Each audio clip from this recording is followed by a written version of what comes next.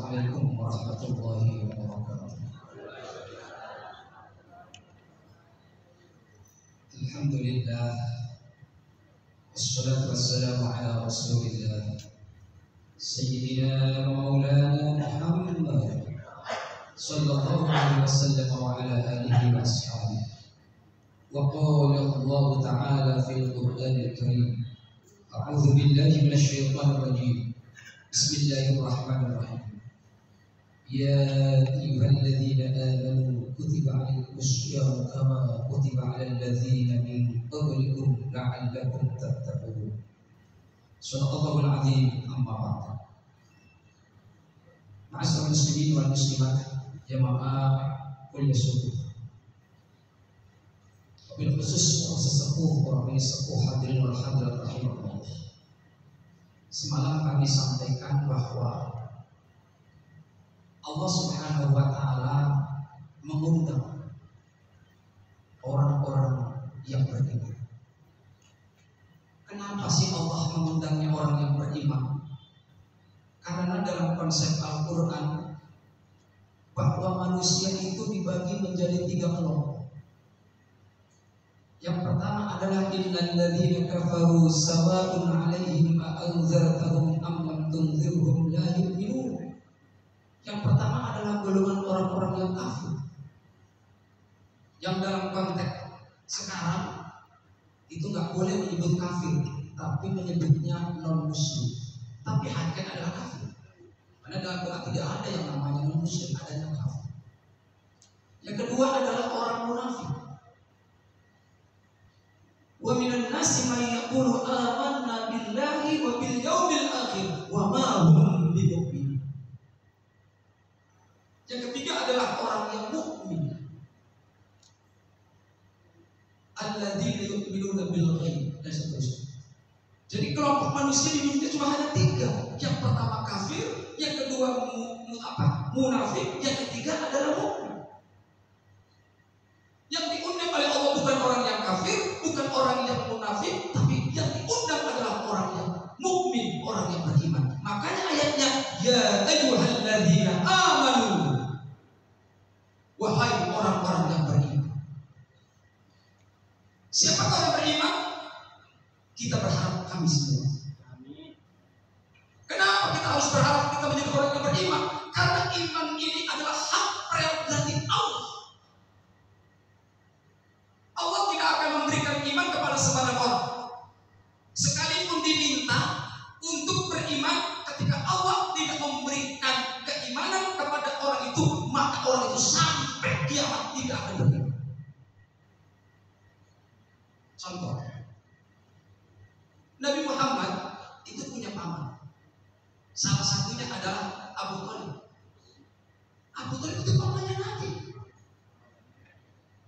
Subhanallah, adik daripada bapak, paman. Diajak oleh Nabi Muhammad, ayo ke masjid, sholat. Ayo kita menghadiri majelis taklim. Intinya Nabi Muhammad mengajak kepada pamannya untuk senantiasa berbuat baik, melakukan hubungan baik dengan Allah, bukan hanya dengan sesama manusia. Karena hanya sesama manusia saja tidak akan bisa menyelamatkan kita. Yang bisa menyelamatkan kita, kita harus menjalin hubungan baik dengan sesama manusia dan dengan Allah. Hablum minallah. Muhammad mengajak. Apa jawabannya? Udah, silakan kamu saja. Diajak gak pernah mau. Mungkin ada di antara teman-teman kita, saudara kita, keluarga kita yang ketika diajak, udah. Akhirnya Muhammad tidak putus asa, ajak lagi sampai jatuh sakit, tidak mau, sampai sakit parah, tidak mau, sampai koma. Dalam konteks Islam nazar, mau lepasnya roh dari tubuh. Nabi Muhammad minta kepada Allah, ya Allah, paman saya ini Abu Thalib ini adalah orang yang baik dengan saya. Ya Allah, berikan iman. Karena saya yakin seandainya seseorang meninggal dunia tidak membawa iman, maka khalidina fiha, mereka berada dalam jurang api neraka selama-lamanya. Ibu menangis, berdoa. Apa jawaban Allah? Innaka la tahdi man ahbabta walakinna Allah yahdi man yasha. Wahai Muhammad, kata Allah, innaka la tahdi, engkau tidak akan bisa menjadikan orang itu mendapatkan hidayah. Walaupun kamu cinta, walaupun kamu suka, walaupun kamu itu mau, aku yang gak mau. Aku tidak akan memberikan keimanan kecuali orang yang dikehendaki. Abu Thalib pamanmu tidak aku kehendaki. Bayangkan Bapak dan Ibu, betapa mahalnya iman ini. Yang minta bukan sembarang orang. Sayyidul Anbiya wal Mursalin, pemimpin Nabi, pemimpin Rasul, minta kepada Allah agar bapaknya diberikan iman. Tidak bisa. Apa yang disampaikan oleh Nabi Muhammad ternyata tidak dikabul oleh Allah. Dan Muhammad meneteskan air mata dan yakin paman saya Abu Thalib nanti di hari kiamat akan masuk juga api neraka. Dan di neraka, subhanallah, Muhammad pernah minta kepada malaikat Jibril, ya Jibril, seperti apa panas api neraka? Malaikat Jibril menyampaikan seandainya ada seujung jarum, yang namanya jarum itu besar, ujungnya pasti kecil. Seujung jarum api neraka kemudian dimasukkan ke dalam lautan 70 kali. Diangkat lagi, dimasukkan 70 kali lagi, sampai 70 kali kali 70 lautan. Semua lautan itu akan mendidih semua karena panas cuma hanya seujung jarum. Kemudian setelah dicelupkan di air laut 70 kali kali 70 lautan, kemudian diambil ditaruh ke muka bumi, sungguh muka bumi ini bersama dengan air-airnya akan terbakar semua. Betapa panasnya api neraka. Maksud muslimin, mungkin Bapak dan Ibu pernah mendengar ketika ada saudara kami yang habis pulang ngaji, majelis taklim di Habib, ternyata pulang sampai di Balongan, tabung itu meledak. Duh! Bayangkan, tabung itu jauh dari jalan, tapi percikannya nempel ke tubuh. Subhanallah. Ketika ditolong, dibawa ke rumah sakit Indramayu nggak sanggup, dibawa ke rumah sakit Cirebon nggak sanggup, ke Bandung nggak sanggup, sampai ke Jakarta nggak sanggup, sampai mau dibawa keluar, ternyata sudah tidak mampu. Innalillahi wa inna ilaihi raji'un. Karena panasnya api itu baru api dunia, apalagi api akhirat nanti. Makanya Muhammad minta, ya Allah, mudah-mudahan paman saya nanti di yaumil qiyamah masuk neraka, berikan keringanan ya Allah. Kata Allah, baik, dikabulkan. Nanti pamanmu akan aku kasih sandal. Dikasih sandal, tapi sandal itu dibuat dari uapnya. Sing kebule di neraka, digawe sandal. Sandalnya digok nih pamannya Nabi yang namanya Abu Thalib. Ketika dipakai, subhanallah, ternyata sampai ubun-ubun mendidih semua. Umat kepala. Itu padahal pakai sandal. Bayangkan. Na'udzubillah min dzalik, kalau kita semua masuk neraka tanpa sendal. Itu sendal kayak umat bendasi. Kenapa? Mereka tidak beriman kepada Allah. Nah sekarang diundang oleh Allah. Ya ayyuhalladzina amanu, wahai orang-orang yang beriman, kutiba alaikumusiyam.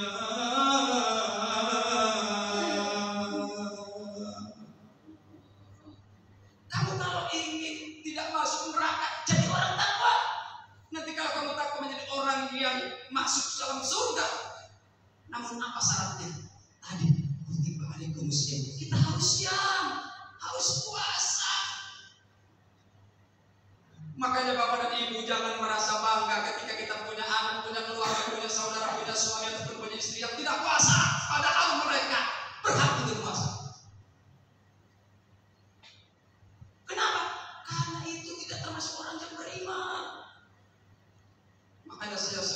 subhanallah, ketika saya tanya ke dinas itu capit, saya lihat subhanallah muslim banyak.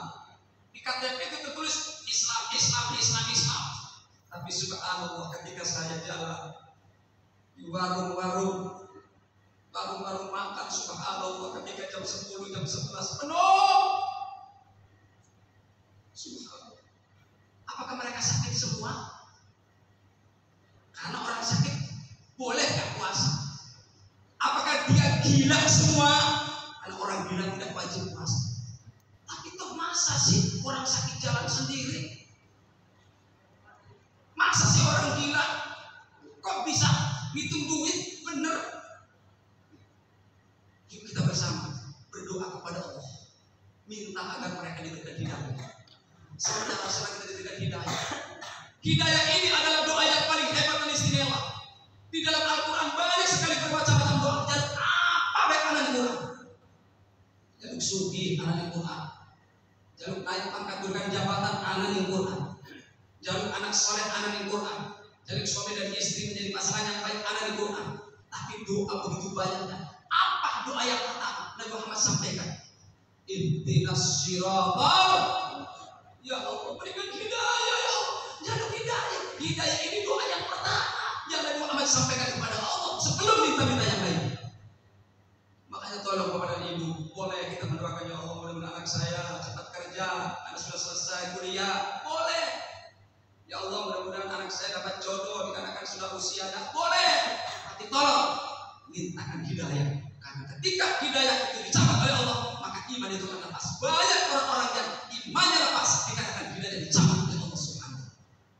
Betapa susahnya, betapa hebatnya bal ambin ba'u kiai saat santrinya ribuan santri ternyata meninggal dunia kafir. Kiai Parsiso ibadahnya luar biasa, matinya kafir. Kenapa? Imannya dicabut, hidayahnya dicabut oleh Allah Subhanahu.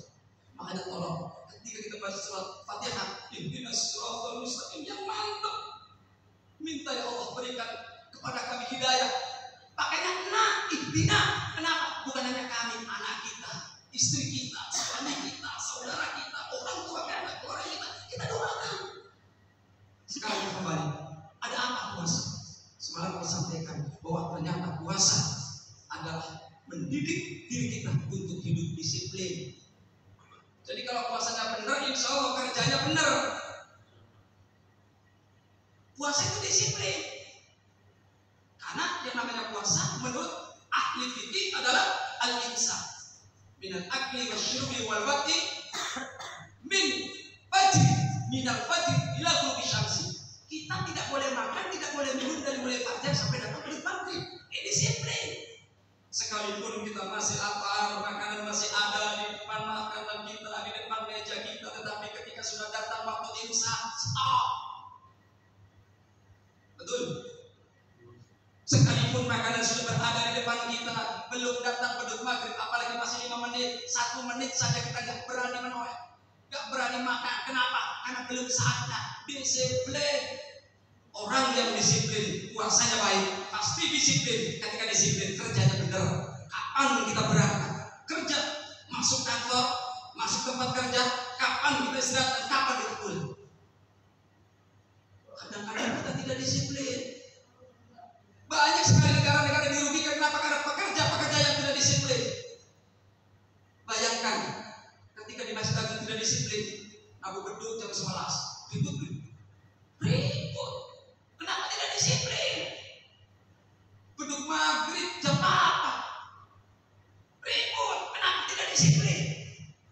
Bagaimana kalau dia lalu lintas tidak disiplin? Lampu merah jalan, lampu hijau mandek, ribut. Belok kanan tanpa sen, belok kiri tanpa sen, bahaya. Kenapa tidak disiplin? Oleh karena itu kita bersama berupaya untuk senantiasa.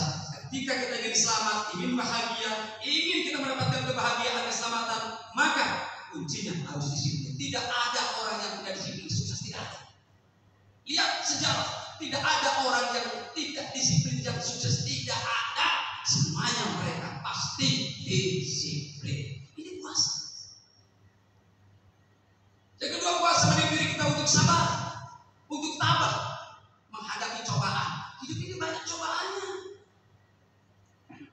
Subhanallah.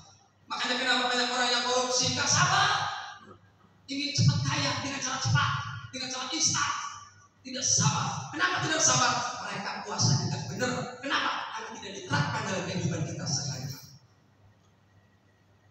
Aduh ya Allah, perut saya lapar. Sabar, belum maghrib. Aduh, tenggorokan saya tahu. Sabar, belum datang waktu maghrib. Begitupun pula kita dalam kehidupan sehari-hari banyak sekali cobaan.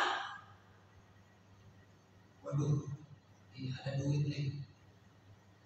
Pimpinan saya nggak tahu, bapak saya nggak tahu, nggak ngerti bahwa Allah Maha tahu.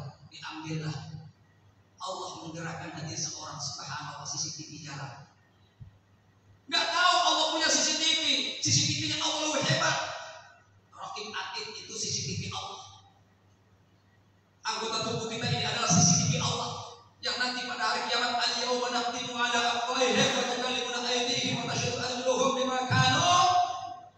Tangan kita, kaki kita akan menjadi saksi. Ini CCTV Allah.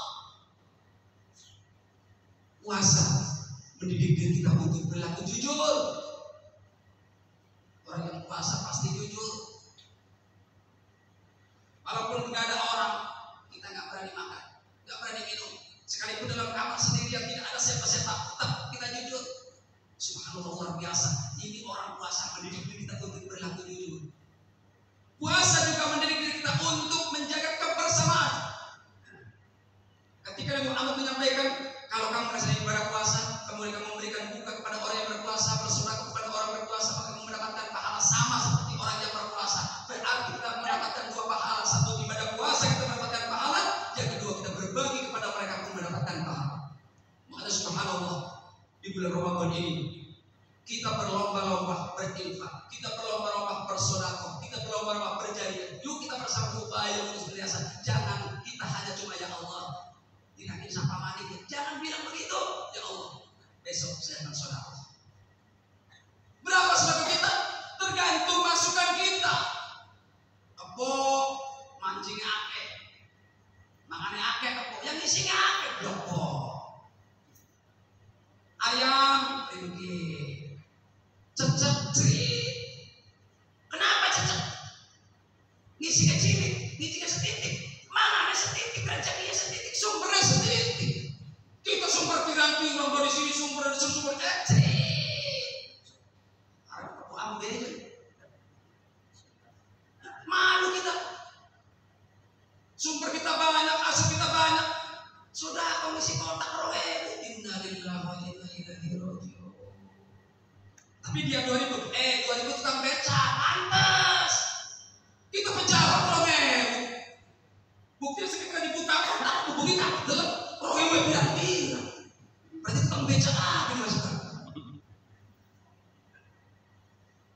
Yuk kita bersama berupaya senantiasa sadarkan diri kita. Kenapa? Harta benda bakal ditinggal. Subhanallah, ditinggal apa? Sawah gedong bakal ditinggal. Rabi ayo ditinggal boleh. Cuma bukan hanya ditinggal, dikambing bature. Yuk kita bersama berupaya senantiasa. Makanya mari kita bersama berupaya senantiasa. Lagu-lagu, musik-musik yang ada di sekitar kita jadikan sebagai pembelajaran. Sugi sawah, sugi mobil. Besok mati amale si gawamu. Emang secuil, karena secuil itu kita ciri. Kenapa? Besok nanti diberi kiamat malah aset terbanyak. Kenapa yang cuma segini? Dikarenakan kita berat untuk bersedekah. Sekali lagi mari kita berupaya untuk berbanyak bersedekah. Puasa mendidik diri kita untuk hidup lebih peduli kepada orang lain. Dan banyak sekali hikmah-hikmah puasa yang harus kita laksanakan untuk diterapkan dalam kehidupan kita. Mudah-mudahan menjadi orang yang beriman, bertakwa, dan nanti pada hari kiamat kita akan mendapatkan surga Allah. Amin. Mungkin hanya itu yang bisa sampaikan, kurang lebihnya mohon maaf. Akhir kalam, Rabbana taqabbal minna innaka antas samiul alim wa tub alaina innaka ghafurur rahim. Rabbana atina fid dunya hasanah وفي الآخرة عذاب النار وادخلنا الجنة مع الأبرار يا عزيز يا غفار يا رب العالمين. وصلى محمد النبي وعلى آله وصحبه وسلم. سبحان ربك رب العزة عما yasifun. Wassalamu ala al-mursalin. Alhamdulillahi Al-Fatihah. Sekian kurang lebih maaf kalau benar. Allahul muwaffiq ila aqwamit. Assalamualaikum warahmatullahi wabarakatuh.